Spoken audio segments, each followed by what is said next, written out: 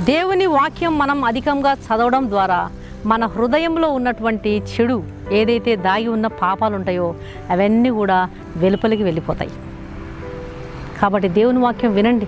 రక్షకుడైన క్రీస్తు ప్రభువుకు మీ హృదయం ఇవ్వండి. హృదయంలో ఎంతకాలం ఆ భారం మోస్తారు? ఎంతకాలం ఆ చింతను, దిగులును, వేదనను, మానసిక క్షోభను ఎంతకాలం హృదయంలో మోస్తారండి? యేసు ప్రభువు ఒక మంచి మాట చెప్పినారు. ప్రయాసపడి భారము మోసుకొనిచున్న సమస్తమైన జనులారా నా యొద్దకు రండి, నేను మీకు విశ్రాంతినిస్తాను. నువ్వు ద్వేషించినా యేసు ప్రభువు నిన్ను ప్రేమిస్తున్నాడు, అపహసించినా యేసు ప్రభువు నిన్ను ప్రేమిస్తున్నారు, దూషించినా యేసు ప్రభువు నిన్ను ప్రేమిస్తున్నారు. దేవుడు ప్రేమ స్వరూపి.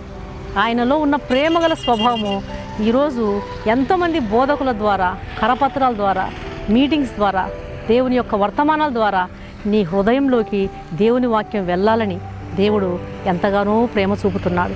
నీ హృదయంలో ఉన్న భారాన్ని బయటికి తీయడానికి దేవుడు ఎంతగానో ప్రయాసపడుతున్నాడు. కాబట్టి దైవ సేవకులు ఎంతమంది ప్రయాసపడుతున్నారండి దేవుని సువార్తను ప్రకటిస్తూ నిన్ను విడిపించడానికి, సాతాను బంధకాల నుంచి, పాపభారం నుంచి నిన్ను విడిపించడానికి దేవుడు ఎంతగానో నిన్ను ప్రేమించి ఆయన శుభవర్తమానాన్ని, శుభ సందేశాన్ని, ఇదిగో ఈ విధమైనటువంటి ఆహ్వానాన్ని, పిలుపును దేవుడు నీకు అందిస్తున్నాడు. ఆయన పిలుపును నిర్లక్ష్యం చేయవద్దండి. దయచేసి దేవుని వాక్యాన్ని వినండి, స్వీకరించండి, రక్షణ పొందండి. దేవుని రాజ్య వారసులుగా మీరు కావాలనేదే దేవుని ఉద్దేశం.